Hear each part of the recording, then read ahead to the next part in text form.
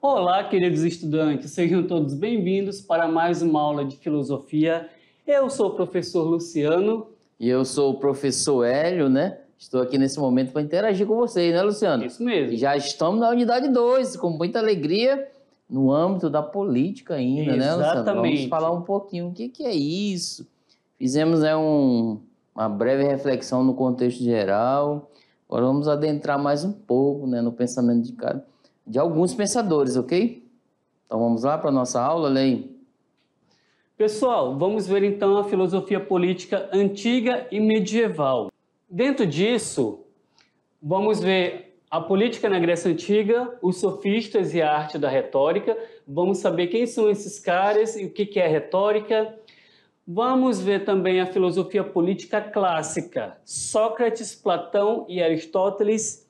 E vamos ver também a política medieval dentro do âmbito da teocracia.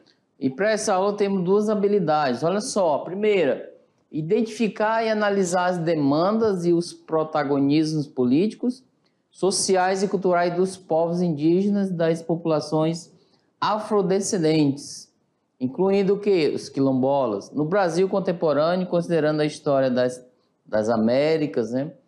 E o contexto de exclusão e a inclusão precária, etc. A habilidade 2 é analisar a formação de diferentes países, povos e nações de suas experiências políticas e de exercício da cidadania, aplicando conceitos políticos básicos, Estado, poder, formas de governo, sistemas e regime do governo, soberania, etc.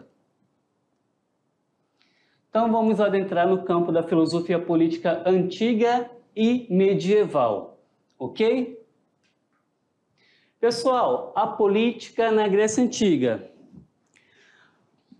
Para iniciar, pessoal, a gente vai fazer só uma pequena observação. Vem aqui com a gente, vamos lá. Olha só, ontem na nossa última aula, a gente trabalhou um pouco sobre a política do contexto geral. Isso. Só que a gente quer deixar uma atividadezinha para vocês. Isso mesmo, olha só, boa ideia. Pensou e agora a gente quer deixar pequeno materialzinho para vocês. Anotem aí no caderno de vocês, olha só. Dentro daquilo que a gente prepara para vocês, no primeiro ano, neste ano, nós preparamos uma aula que fala sobre o nascimento da democracia ateniense. O tema é o nascimento da democracia ateniense, aula 13.1, lá do primeiro ano, 2022. Então, pessoal, uma tarefazinha para vocês. Assistam essa aula que vocês vão compreender melhor, porque a gente está falando sobre a política na Grécia Antiga. E lá nessa aula a gente fala sobre o nascimento da democracia. Então, envolve o campo da política, porque, como vocês já passaram pelo primeiro ano, a gente trabalha sobre a Grécia Antiga, a origem da Grécia Antiga. Isso mesmo. E a gente está com essa aula nova, o nascimento da democracia ateniense. Então, tarefinha para vocês, assistam essa aula, que vocês irão entender muitas das coisas que a gente vai estar falando aqui também, certinho? Isso, está lá no nosso canal, tá? Isso mesmo, canal da Mediação Tecnológica Rondônia. Vamos lá, então? Continuando, Alei. A política na Grécia Antiga. Pelo fato dos gregos serem os primeiros a filosofarem, também foram eles os primeiros a refletir criticamente sobre o que é a política. Então, os gregos fizeram isso. Eles desenvolveram o conceito do filosofar e, dentro disso, começaram a refletir de uma forma crítica sobre a política da época. O que é a política? Além do mais, na polis, nós vimos anteriormente que é a cidade-estado. Destacavam-se dois lugares de encontro para debater o direito à cidadania. O primeiro é a Acrópole, né? Constituída a parte elevada como ponto de defesa da cidade, local onde era construído o templo. E o outro ponto é o Ágora, praça central destinada a trocas comerciais. Os cidadãos se reuniam para debater os assuntos da cidade e resolver os problemas locais. É uma praça em si, né? Vou já mostrar aqui mais ou menos como era, ó. Tá aqui. O lugar mais alto onde foi construído um templo, né? A Acrópole, chamado a parte mais alta, no sentido sempre mitológico, dos deuses. E aqui, ó, É a parte mais baixa, onde as pessoas se reúnem. Olha aqui, eles estão já em uma reunião, é a democracia direta. Isso. O ágora, tá? Parte mais pública da comunidade. Veja bem a distinção, como os gregos já percebiam. Olha como é que está atualmente, ó. Houve muitas ruínas, mas algumas partes preservadas. Ó, muitas pessoas, turismo, né, etc. Então, mais ou menos a ideia de como eles viviam, né, Luciano? Pessoal, dois conceitos aqui para vocês entenderem melhor. Na nossa última aula, a gente já falou sobre a Ágora um pouquinho, né? Isso. É a praça onde os gregos se reuniam para debaterem os assuntos políticos. Só que a Acrópole, ela tem um sentido especial, porque, como a gente viu aí no texto, ela serve tanto para a defesa da cidade, não é? Isso. Por quê? Tá aqui, ó, é a parte de cima. Pessoal, a Acrópole, geralmente eles faziam no ponto mais alto da cidade, ou seja, é como se fosse uma montanha, ó, algo suspenso, porque dentro do campo da defesa da cidade, eles poderiam avistar os exércitos inimigos, Enviam, por assim né? dizer, a uma certa distância. Então, a partir daí, ao avistar o exército inimigo, eles poderiam se organizar e preparar a defesa da cidade. Só que também o porquê dos templos Isso. serem construídos na parte elevada. Porque desde aquela época, e esse pensamento perdurou durante a Idade Média, Deus, ele não está no mesmo nível do ser humano. Deus, ele está num plano superior, num nível superior. Então, por isso que os templos, tanto na Grécia Antiga, dedicados aos deuses, ou em qualquer outros lugares, os templos eram construídos na parte mais elevada, porque Deus está num plano acima do ser humano, ou seja, um plano superior. E esse pensamento durou também durante toda a Idade Média, ou seja, as igrejas medievais também eram construídas em locais altos, em cima das montanhas, porque, de acordo com o pensamento, o homem nunca pode estar no mesmo nível de Deus, ou seja, Deus sempre está acima do homem, ok? Por isso que a Acrópole tem todo esse conceito, tanto na defesa, que é o objetivo de avistar o inimigo longe, e o fato dos templos Espiritual, que Deus, né? Do âmbito espiritual dele. exatamente, Deus está num nível muito superior ao ser humano. Okay? Vamos lá, continuando, olha aí. Em meados dos anos 621 a 510 a.C., que aqui é contado anterior, né? Do maior para o menor, Drácon, olha só, Solon e Clístenes, nós falamos o anterior só do Clístenes, né, Luciano? Isso. Aos poucos promoveram a ideia de cidadania, possibilitando aos cidadãos atenienses participarem da Assembleia do Povo, a qual eram eleitos funcionários do Estado. Vejo que focamos anteriormente no resumo, Clístenes, que organizou aqueles conflitos entre famílias, tribos, né, e etc. Estrangeiros, mulheres, escravos eram excluídos dessa assembleia, né? Pessoal, esse conceito aqui, ó, possibilitando aos cidadãos. Não era qualquer pessoa que era considerada cidadão. Estrangeiros, mulheres, escravos e crianças não eram consideradas cidadãos. Então, diante disso, eles eram excluídos das assembleias, porque o cidadão era somente o homem do sexo masculino, nascido na cidade onde ele habita, maior de idade e que, de uma certa forma, tinha um conceito da propriedade privada. E no contexto da política, sempre aparece do grego, né, os sofistas. Uhum. E quem é esse povo? Pessoal, sofistas, quem eram eles? Sofistas e a arte da retórica. O termo sofista, ele é derivado do vocábulo grego sophos, que quer dizer sábio.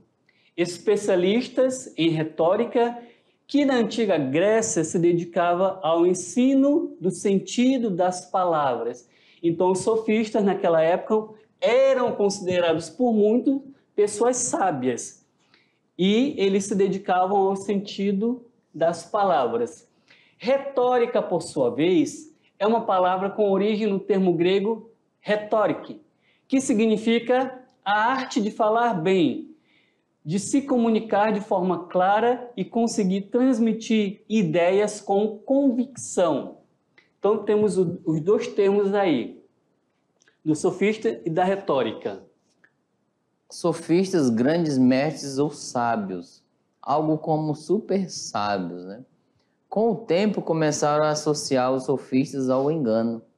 Ó, eles tinham uma visão, né? Pensavam ser pessoas boas. Mas com o tempo, né, Luciano, pelo âmbito, né, de utilizar, de se aproveitar, alguns enganavam, né? Usava o ensino apenas para ganhar, conseguir dinheiro, né? Fortuna, etc. Aquele que, usando sofismas e falácias, engana as pessoas e até obtém um crédito, né, de sua capacidade para confundir o outro através dos seus argumentos. Eles tinham uma visão boa, né? Eram vistos.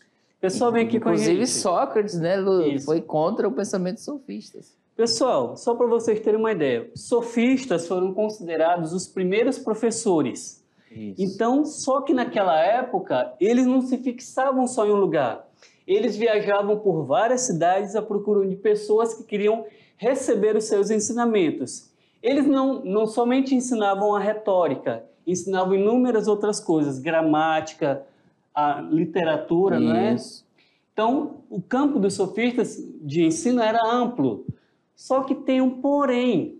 Eles, como eram viajantes, viajavam por várias cidades, não tinham um lugar fixo e, ao mesmo tempo, eles cobravam pelos seus ensinamentos e cobravam até um certo valor alto. Então, não era qualquer pessoa que poderia pagar. Geralmente, quem recebeu os ensinamentos dos sofistas eram os filhos de aristocratas.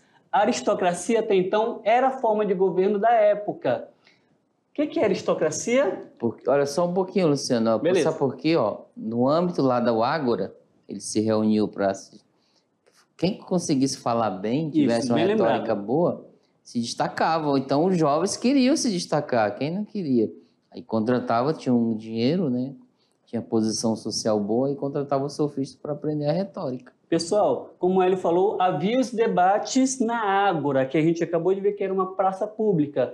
Era na Ágora que os cidadãos se reuniam e eles debatiam diversos assuntos voltados para a política, ou seja, para o bem comum de todos. Então, se eu não sei argumentar... Não se destacava. Eu não me destacava, ou seja, as pessoas não ouviam aquilo que eu tinha para dizer. Aí o sofista aproveitou essa área, ó. Exatamente. É um campo legal, vou ensinar esses jovens a ter retórica. Quem não tem um bom argumento, a partir das aulas dos sofistas, desenvolveriam técnicas para ter uma boa argumentação. Por isso que a retórica é a arte de falar bem, de persuadir, de convencer as pessoas através, da lábia, da fala. Ok? Voltando à questão. Vamos lá? Olha só, a arte política é essencialmente exercício da linguagem. Muitos cidadãos, olha só, como a gente já falou, nem todos eram cidadãos, mas os que eram cidadãos sentiam a necessidade de aprender a retórica ou oratória para conseguir persuadir as pessoas em assembleias. E muitas vezes fazer prevalecer seus interesses individuais ou interesse de seu grupo social. E, de uma certa forma, isso não era válido, não era bem visto dentro do âmbito da política, porque nunca deve prevalecer os interesses individuais ou de um grupo social. Então, a política ela foi criada para o bem-estar de todos.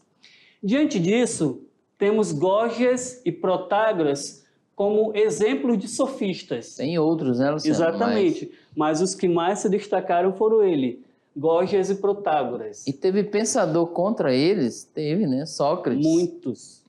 Sócrates foi contra o sofismo, né? Por causa dessa falácia, né, que eles usavam. Agora vamos adiante, Luciano. Temos três, né, da filosofia clássica. Isso. Sócrates, Platão e Aristóteles. De acordo com o pensamento de Sócrates, vamos lá então, iniciando o pensamento da filosofia clássica, Sócrates nasceu em Atenas.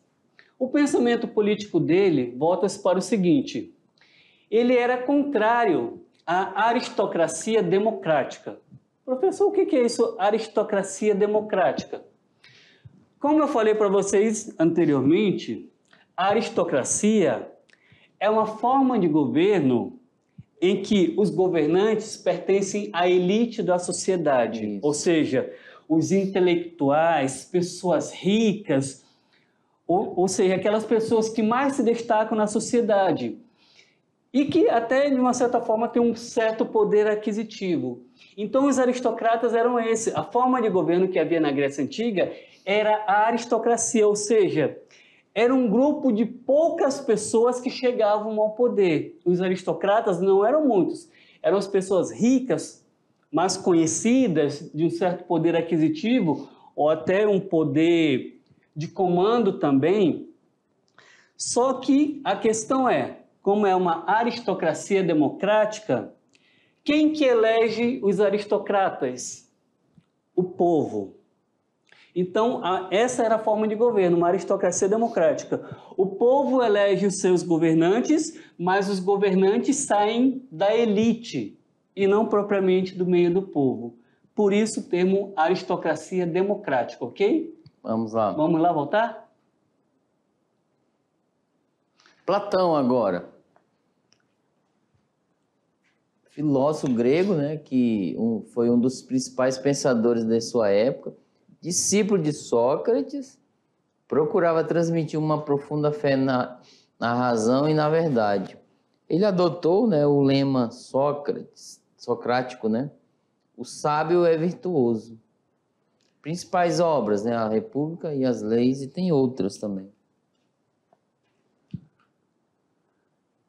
Platão e Aristóteles, eles viveram em Atenas na época em que ela era governada era governada pelo regime democrático e fizeram críticas a ele, a esse regime.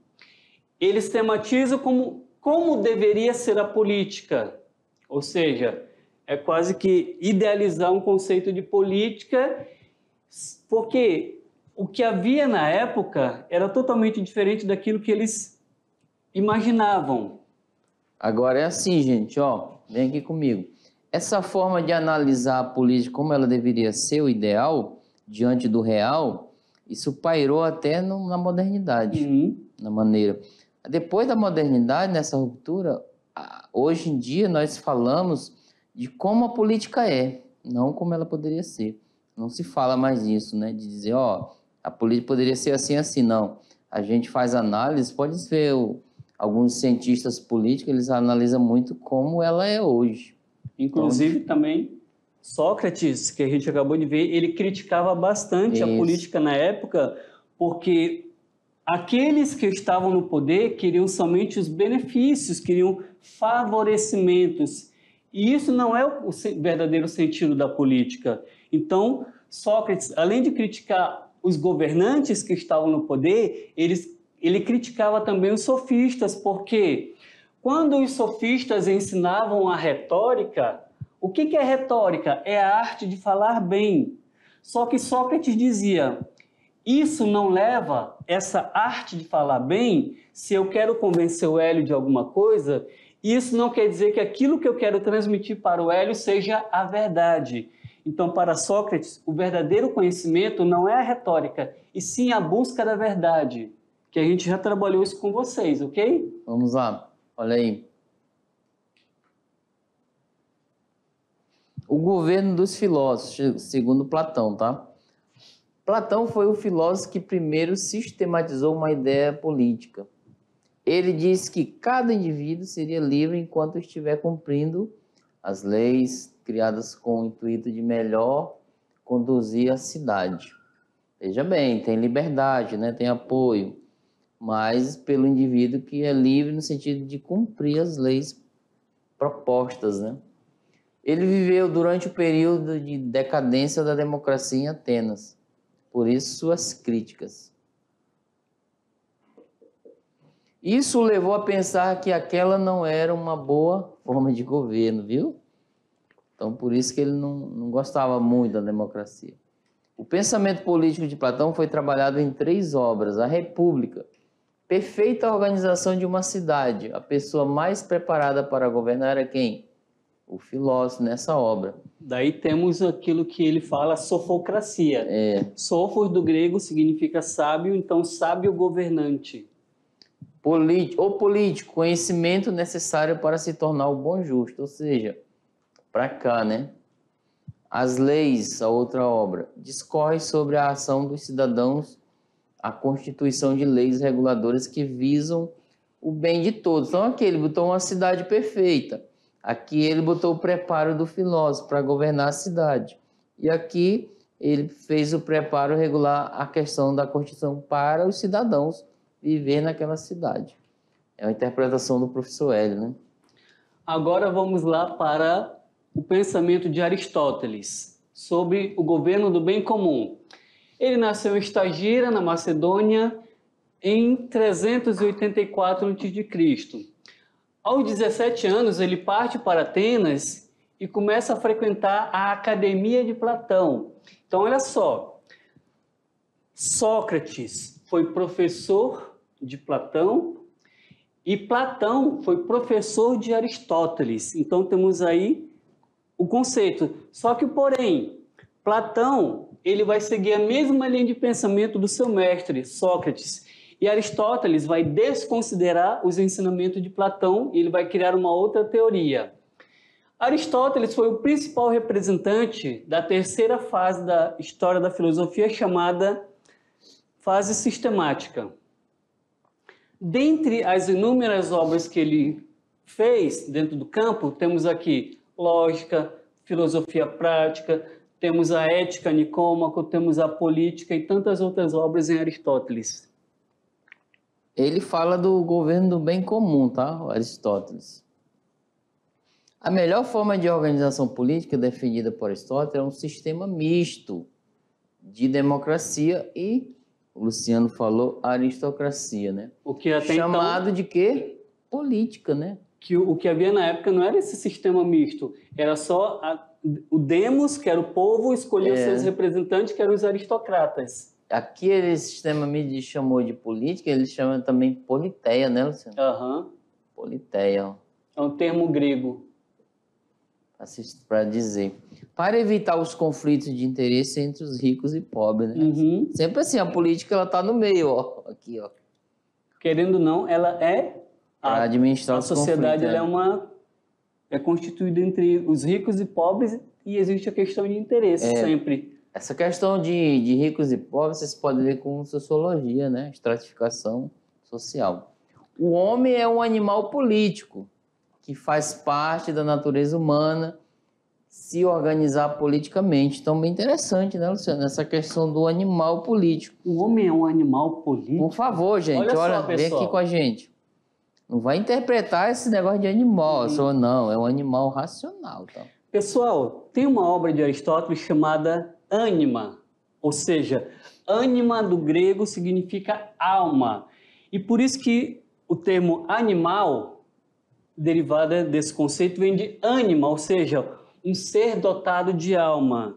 Então, por isso que Aristóteles fala, o homem é um animal político, ou seja, animal no conceito que ele tem alma. Então, o ser humano é um ser de política, por isso que ele fala. É necessário. Até demos um exemplo dentro de casa, né? O pai de vocês lá tem as regras, você tem que seguir, ó, dormir cedo. O pai e a mãe hoje... menor de 18, né? Ó, sair, tem que conversar com os pais, pedir. Todas aquelas regras internas da família. Vocês fazem um isso? sistema político, né, Luciano? Vocês fazem Ou vocês isso querem burlar, né, a regra familiar. Dentro da escola também. Exatamente. De amanhã os estudantes entram dentro da escola e batem o sino e já querem pular um muro ou fugir. Ou ficam lá pelo pátio, essas coisas, não querem ir para a sala de aula. É como você fugir de você mesmo. Você não está fugindo, né, da direção, do professor e da presença dos seus colegas. Você está fugindo de você mesmo. Qual é o sentido disso, né? Que adrenalina, né? Aquela adrenalina que você tem de chegar na escola, adentrar e pular um muro ou por outro caminho que seja. Mas é dizer não, né? Aquele estudo, aquele momento. Porque vocês têm que ver o estudo em si como o ágora, né, Luciano? Vocês vão debater o conhecimento ali na sala de aula. Vocês estão assistindo às nossas aulas aí, é como se nós estivéssemos presenciais a vocês aí, através dos professores presenciais. Coloque o debate, professor, não concordo com isso, manda. Inclusive, alguns professores presenciais mandam questionamento de estudantes que estão atentos quanto a questões filosóficas. E aí, na medida possível, a gente responde. É um ágora, a distância e próximo, ok? Vamos lá, continuando ali. Agora sim, o governo do bem comum, né? O que é esse bem comum? Gente, esse bem comum, ele abrange a questão do coletivo. Um bem-estar social. Distintamente, por exemplo, eu tenho meu emprego de zelador, né? Aí o outro tem emprego de advogado, o outro é médico, o outro é professor. Eles estão bem no emprego, estão ganhando, é o bem comum, né, Luciano? E as decisões políticas favorecem todas as classes, mais ou menos nessa perspectiva. Para ele, que é Aristóteles, a melhor forma de governo é aquela, né, que visa o bem comum, ao interesse coletivo, a única matéria de adquirir a felicidade de todos. Porque lá no Ágora, na sociedade, lá nas polis, eles encontravam, os gregos viam a felicidade no meio, né? Aí tá aqui uma tabelinha que nós fizemos, a forma pura que ele estabeleceu, né? Ele apresentou, a monarquia, quem governa a monarquia apenas um. A aristocracia, poucos governam. E a democracia, muitos governam. No caso nós, é pelo voto. E Aristóteles vai dizer da forma corrompida, que é a tirania, que só um governa, a oligarquia não é boa, poucos governam, e a demagogia, que muitos governam. Então ele estabeleceu 3, e 3 são boas. Né, as formas puras de governo. Puras nesse sentido.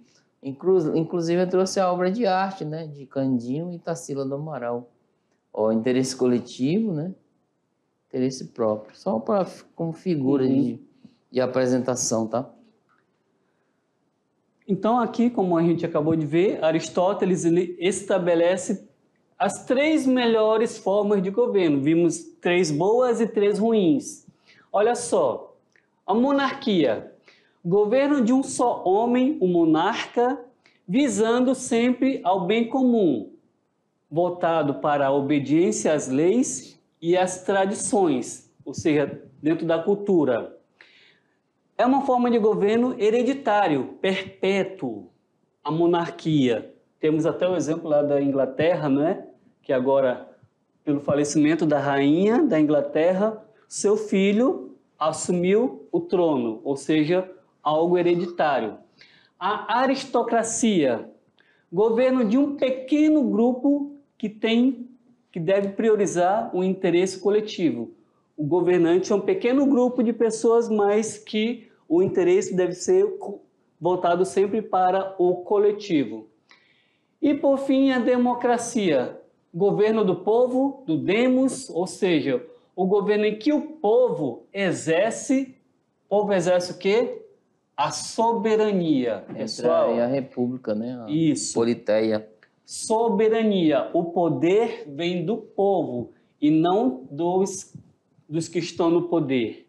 Agora vamos mudar de cenário, Luciano? Vamos lá? Vamos para onde agora? Vamos avançar para a Idade Média. Pessoal, vamos agora adentrar no campo do período medieval, como a gente já falou em outras aulas, vamos adentrar no campo da teocracia. E o que significa, Luciano? Eu vou até separar. Theos, theos do grego significa Deus. Vou colocar aqui. Theos do grego significa Deus. Deus, ele é o centro.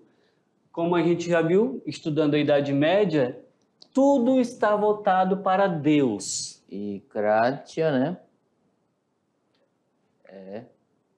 É cracia, no caso, né? Significa governo, né? Isso. Poder de Deus. O início se deu em mais ou menos 476 d.C., ano que se deu a crise do Império Romano, e o término 1453, com a queda do Império Romano. Viu que ela começou já em crise, né? O Império Romano. Aí caiu de uma vez no final. Poder espiritual. Na Idade Média, o sistema de governo era o teocrático, poder que vem da onde? Do divino, de Deus. O monarca é rei pela graça divina. Representa Deus aqui na terra perante os súditos. A hierarquia política e social é ordenada por Deus. Deus concede o poder ao povo e, consequentemente, ao governante eleito por ele. Então, era um representante aqui na terra. Pessoal, eu já falei na aula passada sobre isso, na verdade a gente já falou, e eu volto a repetir. Olha só, lá na Idade Média, quando a gente fala de governo, o rei, o imperador, ele tinha um reinado temporário, ou seja, o reinado dele tinha um início e um fim. Só que para ser rei, ele tinha que ter o quê? As bênçãos do rei celeste. Quem que dava as bênçãos do rei celeste? O Papa, o representante de Deus na terra, ou alguém que o Papa nomeasse. Ou seja, o Hélio será o futuro rei. Ele ainda não é rei, é príncipe. Aqui, já me senti, viu? Já fiquei feliz. Eu sou o Papa. O Hélio, no caso, como vai ser o representante do povo, eu como Papa represento a Deus. Ele vai ser o representante do povo. O Hélio vai ter um governo temporário, porque um dia o Hélio vai morrer. É claro, né, Hélio? Não agora, né? Depois dos 120. Mais ou menos por aí. É. Só que aí, pessoal, como o governo do Hélio vai ser temporário, um dia ele vai morrer e vai deixar para o filho dele o seu reinado, o que tinha que acontecer? Para que o governo do Hélio fosse validado, ele tinha que ter as bênçãos do governante eterno, que era Deus. Então, quem era a pessoa que iria dar essa bênção? O Papa. Não sei se vocês já devem ter assistido filmes que retratam até a Idade Média, o Papa ou algum representante da igreja coroando o rei. Esse simbolismo todo é porque o Papa representa o governante celeste, Deus. Então, o Papa tem que abençoar o governante terrestre. Deus, o governante celeste, tem que abençoar o governante terrestre. E isso se dava na relação entre o Estado e a igreja. Por isso que, naquela época, a forma de governo era uma teocracia, porque aquele que fosse governar, ele tinha que ter as bênçãos de Deus e o governo dele tinha que ser pautado dentro de todos os princípios religiosos. Ele não podia tomar decisões que fossem contra aquilo que a igreja estabelecia, porque senão ele poderia sofrer penalidades. Vamos lá, continuando a lei. A relação entre política e religião. Vamos ver o que tem a ver. Acabamos de falar um pouquinho, né? É. A origem do poder está na natureza social do homem, mas o fundamento último do poder encontra-se o quê? Na lei divina revelada. E as características da política na Idade Média? O fundamento da política, como foi dito, encontra-se em Deus, na vontade divina. O governante aqui na terra tem que governar segundo a vontade divina, priorizando o bem comum ou a justiça. Além disso, temos o bom governo. Por que o bom governo? Ele vai governar seguindo os princípios da igreja, então ele será o príncipe virtuoso, aquele que governa segundo os princípios da igreja. Então, diante disso, temos um regime político de justos legítimos, porque o governante obteve as bênçãos do verdadeiro governante, que é Deus. O governante terreno obteve as bênçãos do governante eterno.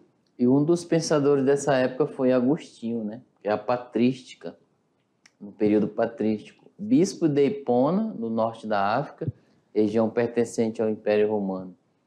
A obra principal, Cidade de Deus, a relação que ele escreve sobre política e religião. Ele representa duas cidades, Cidade de Deus e Cidade terrestre. Pessoal, Agostinho, a gente já falou, mas a gente volta a reprisar aqui. O que ele faz? As obras de Platão e de Aristóteles eram consideradas obras pagãs. Agostinho, o principal representante da patrística, ele traduz as obras de Platão, muitas delas, a grande maioria. Então, o que ele faz? Ele pega as obras de Platão, que eram consideradas obras pagãs. Obras pagãs, não era permitida a leitura dela dentro das igrejas.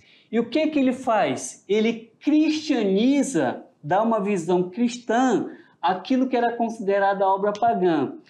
Lembra quando a gente trabalhou teoria do conhecimento, que Platão fala sobre o mundo sensível e o mundo inteligível?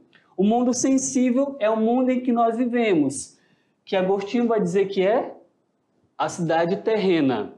O mundo inteligível que Platão fala lá, o mundo das ideias, o mundo das ideias, Santo Agostinho vai dizer que é o reino de Deus, o mundo celeste, ou seja, aquilo que todos nós devemos almejar.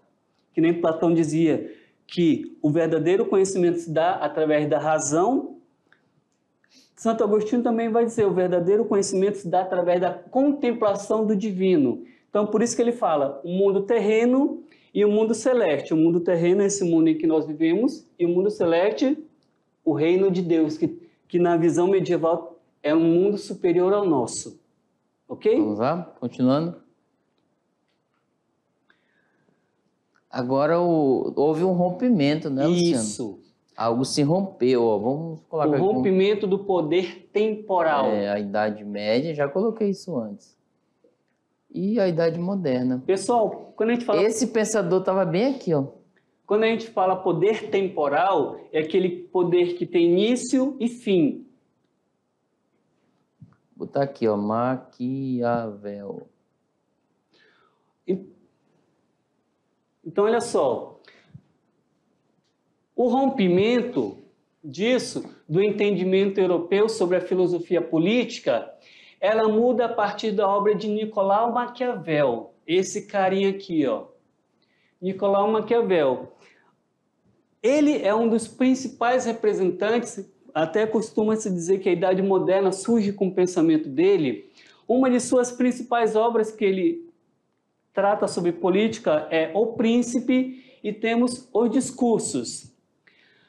Maquiavel, a gente vai ver ele mais para frente ainda sobre filosofia política, só que já dentro do âmbito da modernidade, ele vai dizer que os fins justificam os meios. Ou seja, eu tenho um objetivo a alcançar, mas quais serão os meios que eu irei utilizar para alcançar esse objetivo? Por isso que ele fala, os fins justificam os meios. Eu quero chegar a um resultado, mas o resultado que eu chegar vai depender dos meios que eu irei utilizar-me. Então, Maquiavel, ele vai desvincular a política, aquele conceito de política que havia na época, uma política voltada para a moral, para a ética e para a religião cristã. Então, de uma certa forma, ele quebra com todos esses paradigmas que havia na época. Então, é nessa perspectiva, ele separa, né, Luciano? Isso mesmo. Rompeu, separou o pensamento político do pensamento da religião. E a partir dessa ideia de Maquiavel, que vai surgir um outro modelo de política, que é o da Idade Moderna, que a gente já trabalhou um pouco sobre o que é o Renascimento, o que é a Idade Moderna ali na Unidade 1. E não saia daí não, que a gente volta já já. Tchau, tchau.